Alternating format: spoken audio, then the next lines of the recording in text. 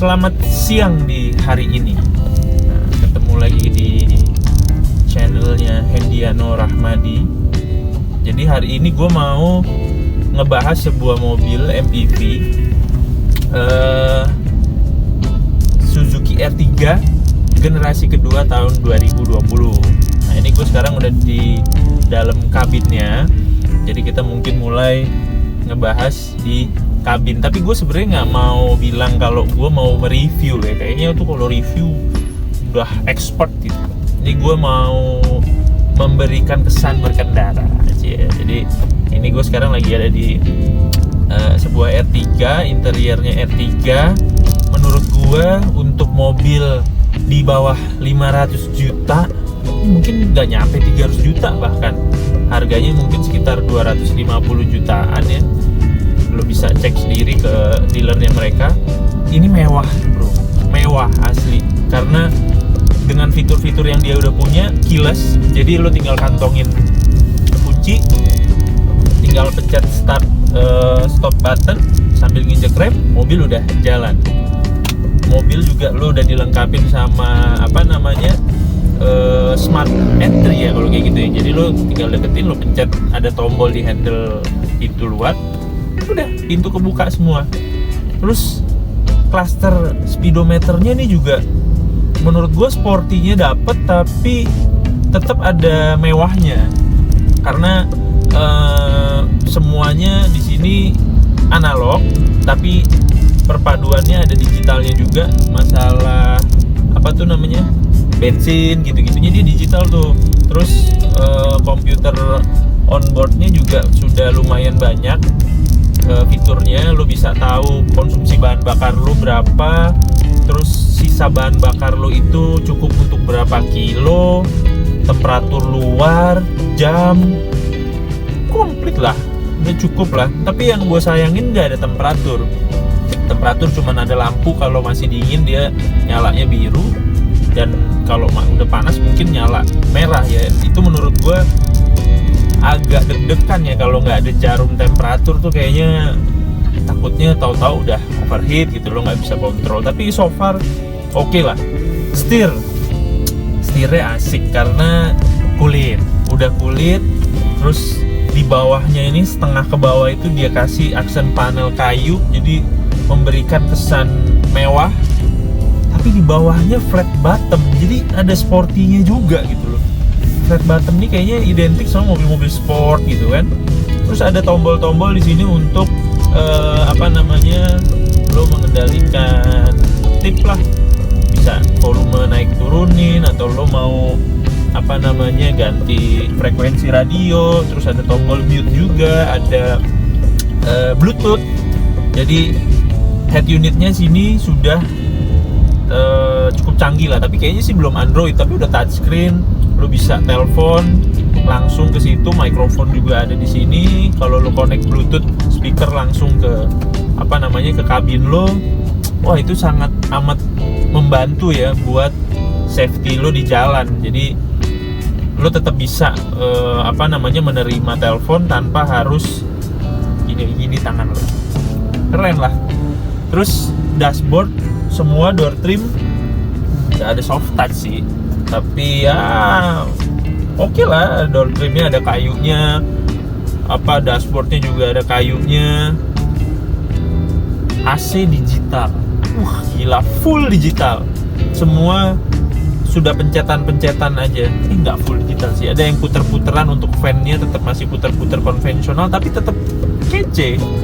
Buat pengatur suhunya juga masih puter-puter, tapi sisanya semua sudah pencet-pencet. Ada mode buat mengatur fan-nya ke kaki lo atau ke atas semua. Bisa auto juga. Auto itu maksudnya begitu lo masuk kondisi kabin panas, lo pencet auto, lo setting temperatur di 22, dia fan-nya akan ngejar ke temperatur yang lo setting. Begitu sudah nyampe ke temperatur itu, dia akan turun pelan-pelan fan-nya. Jadi keren. Terus di sini juga ada ya biasa ya buat buat pengendalian flap buka tutup dari udara luar yang masuk, atau lu mau tetap udaranya sirkulasinya hanya di dalam mobil. Nah, untuk bagian konsol tengah itu di bawah tuh ada power outlet satu sama USB, colokan USB tapi belum Type C. Ada juga colokan buat aux. Nah, di sini juga ada kompartemen buat lo nyimpen sesuatu. Nah, ini yang gue paling suka nih. Ada cup holder, tapi ada ventilasi AC-nya. Jadi lo bisa mempertahankan kondisi minuman lo. Kalau lo beli minuman es gitu ya, jadinya dingin terus selama AC-nya lo hidupin. Jadi keren lah, ya kan? Mewah gitu kayaknya.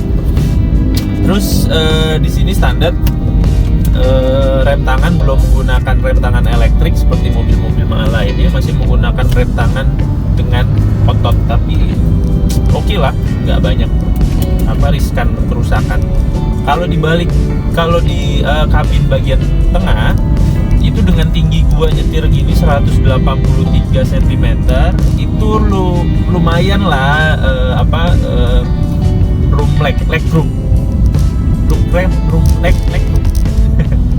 Jadi lumayan masih bisa ada jeda karena kursi di bagian tengah itu bisa lo atur maju mundurnya, senderannya juga lo bisa atur. Jadi masih oke lah buat orang dewasa yang duduk di bahu bagian tengah. Terus dia juga udah dilengkapin sama armrest, terus ada cup holder juga di bagian door trim, sama kompartemen penyimpanan lo buat lo mungkin naro majalah atau apapun yang lo bisa keperluan lo lah buat duduk di belakang gitu tuh masih bisa ditaruh di situ. Terus di belakang nih, sebenarnya bukan belakang, tengah-tengah sini ada lagi power outlet. Jadi lo bisa ngecharge bersamaan bagian depan sama bagian belakang, jadi nggak rebutan lah ya. Yang di depan mau nyolok charger lowbat lo bisa colok, di belakang mau nyolok juga ada disediain. Jadi oke lah buat pergi-pergi jarak jauh gitu tuh kabinnya masih nyaman. Terus di bagian belakang itu row paling terakhir itu juga sebenarnya dibilang nyaman sih kalau buat orang dewasa, menurut gue enggak ya. Kalau gue nggak bisa duduk di belakang. Jadi karena ini kalau reviewer bilang ini kan bukan mobil 7-seater tapi 5+2. Jadi yang 2 itu mungkin ya buat anak-anak kecil lah ya yang duduk di situ. Tapi lumayan lah, ada kompartemen penyimpanan, ada cup holder juga. Jadi cukup oke buat jalan-jalan keluarga. Terus mobil ini sudah dilengkapi juga dengan AC double blower. Jadi untuk row tengah dan row paling belakang itu nggak usah khawatir akan kepanasan. Jadi oke lah, optionalnya untuk mobil harga segini kabinnya oke. Berkendaranya juga enak karena view-nya juga luas. Dashboardnya ini desainnya itu kayaknya yang flat gitu, kayak mobil tahun 90-an kalau menurut gue. Kalau mobil sekarang kan identik biasanya dashboardnya yang futuristik ya, jadi lo kayaknya mendelep gitu lo kalau di dalam mobil. Tapi kalau ini enggak, ini menyenangkan, view-nya cukup luas, lo bisa melihat kiri dan kanan lo dengan baik. Terus gue dengan tinggi gue 185, gue nyetir begini, ini masih jauh banget jarak dari kepala gue sampai ke plafon. Duduk di bagian belakang juga sama, tapi paling belakang ya balik lagi gue nggak terlalu nyaman duduk di bagian paling belakang. Untuk looknya mobil ini tuh depannya menurut gue dibandingkan dengan Suzuki R3 generasi pertama, yang ini tuh kelihatan jauh lebih agresif. Karena kenapa? Matanya tuh kayaknya desain lampunya lebih agresif lah, lebih sporty. Kesan lebih sportinya tuh lebih kental di varian generasi kedua ini. Di lampunya itu sekarang sudah menggunakan teknologi proyektor. Jadi untuk di malam hari menurut gue lebih clear lah buat ngelihat jalanan, atau pada saat lo road trip jauh, jalan jauh gitu, ada cuaca yang kurang baik, itu lumayan oke dibanding sama yang dulu. Terus grillnya sekarang tuh dia kasih aksen chrome yang lumayan banyak, jadi menimbulkan kesan yang mewah gitu loh untuk sebuah mobil harga di bawah 300 juta. Tapi lo lihat ke bawah lebih ke arah bumpernya ini sporty. Jadi untuk variannya R3 ini kalau nggak salah ada 3 varian, ada GL, GX yang gue pakai sekarang sama R3 Sport itu yang kayak udah pakai add-on bumpernya yang lebih sporty. Untuk yang ini tuh memang depannya tuh agresif lah buat gue bumpernya untuk ukuran mobil ini, jadi keren. Bagian samping mobil ini itu ground clearance-nya mobil ini cukup tinggi, jadi untuk menerabas jalan-jalan perkotaan kayak gue sekarang gini itu nggak ada masalah. Lu isi penumpang full 5-6 orang pun kalau untuk ketemu polisi tidur gitu nggak pernah nyangkut lah, aman-aman aja. Ya jangan lo bawa naik ke trotoar pinggir jalan ini di tol gitu ya, nyangsang lah. Panjang mobil ini yang saat ini generasi kedua lebih panjang dari generasi ke-1. Jadi digadang-gadang mobil ini katanya lebih nyaman karena sasisnya lebih panjang. Tapi yang gua rasakan malah beda. Bentar, bayang tol dulu. Nah, jadi yang gua rasain tuh justru beda. Menurut gua malah mobil ini terasa lebih sedikit lebih keras dibanding generasi yang pertama. Ternyata begitu gue tanya-tanya, mobil ini katanya lebih ringan dari generasi yang pertama. Mungkin itulah penyebab kenapa mobil ini sedikit lebih keras. Nah, lebih ringan ini sebenarnya ada bagusnya. Bagusnya apa? Tenaganya lebih baik dibanding generasi sebelumnya karena engine-nya juga beda dari generasi sebelumnya. Kalau nggak salah yang ini tuh 1490 sekian lah, 1500 cc, sama-sama 4 silinder DOHC juga. Karena dia lebih ringan jadi harusnya lebih irit. Bicara irit, ini mobil gua pakai average-nya 1 liter 14,5 km. Wow, irit. Itu mobil lu mau berapa lagi? Kalau segitu sih menurut gue udah cukup ya. Lu pakai bensin RON 92 ngisi dari mungkin seperempat tangki lo 250.000, nggak nyampe 300.000 kali ya. Lu bisa jalan 1 liter 14 km. Kalau lo balik ke titik awal lo ngisi lagi mungkin ngabisin sekitar 350 km. 350 km jauh bro. Nah, kalau tadi mesinnya gue sampein dia 4 silinder DOHC 1500 cc. Dia yang varian sekarang gue pakai ini adalah varian transmisinya otomatis, tapi belum triptonic. Entah kenapa gue nyobain ini mobil transmisinya menurut gue kurang halus untuk ukuran mobil baru. Ada yang bilang katanya generasinya Suzuki itu menggunakan transmisi apa namanya tuh ya, yang manual tapi dimatikin gitu ya. Gue nggak ngerti tuh apa detailnya, mungkin lo bisa sharing juga di kolom komentar. Tapi menurut gue kurang smooth pada saat lo mau turunin gas lo gitu ya, terus lo tambah lagi tuh kayaknya gitu loh, kayak ada gak enak gitu di bagian belakang mobil ini nih yang kalau gue tuh kurang pas ya, karena kayaknya terlalu nungging gitu loh mobilnya. Mungkin kalau pakai bumper yang varian yang Suzuki R3 Sport itu kayaknya lebih oke karena bumpernya lebih gondrong, jadi nggak terlalu terlihat mobilnya agak nungging. Dan yang lebih menarik sebenarnya dia punya lampu LED di belakang. Tentunya lampu LED itu lampu kota dan lampu remnya itu udah LED, jadi lumayan membantu pada saat lo berkendara di malam hari. Orang ngelihat mobil lo itu safety-nya juga lebih bagus karena lebih terang. Dan bentuk lampunya itu loh, lampu belakangnya yang tipe ini, tipe GX ini cacing-cacing gitu bro, kayak gimana ya, kayak tanda kurung gitu.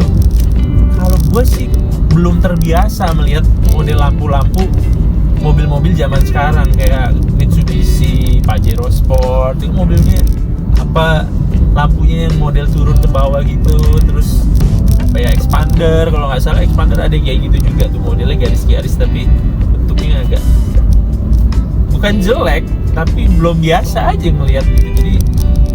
Jadi mungkin insinyur di Jepang itu pengen kita terbiasa melihat model-model lampu yang nggak kayak zaman dulu cuman garis ke pinggir atau garis ke atas atau bawah gitu. Tapi overall oke. Bagasinya mobil ini punya space bagasi yang nggak terlalu besar sebenarnya. Kalau lo mau masukin barang koper yang gede-gede gitu, kalau kursi belakang nggak dilipat kayaknya kurang gede, kurang lega. Tapi di bawah lantainya bagasi belakang lo itu Suzuki udah nyediain kayak kompartemen penyimpanan gitu. Jadi buat barang-barang kayak semacam mungkin lo mau bawa kanebo, lo mau bawa sempir ban, lo mau bawa ya peralatan perintilan lah, lo bisa taruh di kompartemen yang bawah itu. Jadi yang atas lo bisa gunakan buat koper atau barang-barang bawaan lo. Kalau memang kurang gede juga, kalau lo cuman pakai mobil ini buat berdua sama suami lo, sama istri lo, mungkin baris ketiga itu bisa lo lipat, lo bisa lo tekuk supaya lo punya space bagasi yang lebih luas. Dan kalau misalnya memang itu dirasa kurang luas, lo habis belanja banyak, lo lipat aja yang baris tengahnya. Jadi nggak flat banget sih, tapi lumayan lo mau bawa sepeda juga bisa sih, tapi dicopot bannya. Buat tenaga, mobil ini menurut gue cukup. Kenceng banget juga ya enggak, 1500 ya segitu aja, nggak turbo, NA, DOHC, Matic, ya cukup lah buat manuver-manuver di daerah perkotaan. Kalaupun lo bawa juga keluar kota, kayak dari Jakarta lo mau ke Bandung atau lo mau lewat mana yang tolnya panjang gitu, cukup kok buat lo berakselerasi. Itu bukan yang boyot banget, bolot gitu, mobil digas, mobilnya RPM doang naik gitu, enggak sih, lari juga, kenceng juga, enak. Tapi memang mobil ini tidak didesain buat berkecepatan tinggi kayak gitu. Jadi ya limbungnya tetap ada, karena ini juga masih pakai ban standar ring 15 185 ya kalau gue nggak salah. Mungkin kalau memang lo mau memodifikasi sedikit, lo pakai velg yang lebih lebar sedikit, ban lebih lebar sedikit, mungkin 205, itu mungkin traksinya lebih enak. Nah kalau lo pendekin, lo mau pakai sport kit juga mungkin itu lumayan membantu, tapi ya balik lagi semua konsekuensinya. Lo masih pakai sport kit ya masih keras lah. Jadi standar aja enak kok, cukup enak, nggak masalah. Jadi kesimpulannya, mobil Suzuki R3 generasi kedua ini bisa lo jadiin pilihan lah buat lo yang kira-kira gue pengen beli mobil baru tapi duitnya nggak nyampe 300 juta, tapi mau yang oke, udah bisa bluetooth, udah bisa keyless, udah bisa muat banyak, irit, bla bla bla. Suzuki R3 enak, bisa lo jadiin pilihan. Oke? Mungkin video kali ini itu dulu. Kalau ada yang mau sharing-sharing apa yang mau dibahas, mobil apa, motor apa, lo bisa share di kolom komentar. Jadi nanti kita coba buatkan videonya buat lo semua. Oke, saat ini masih dalam suasana pandemi COVID-19.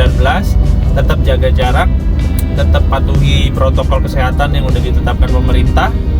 Mudah-mudahan kita sehat-sehat lah semua ya, sama pandemi ini juga cepat berakhir. Oke, sampai ketemu lagi. Bye-bye.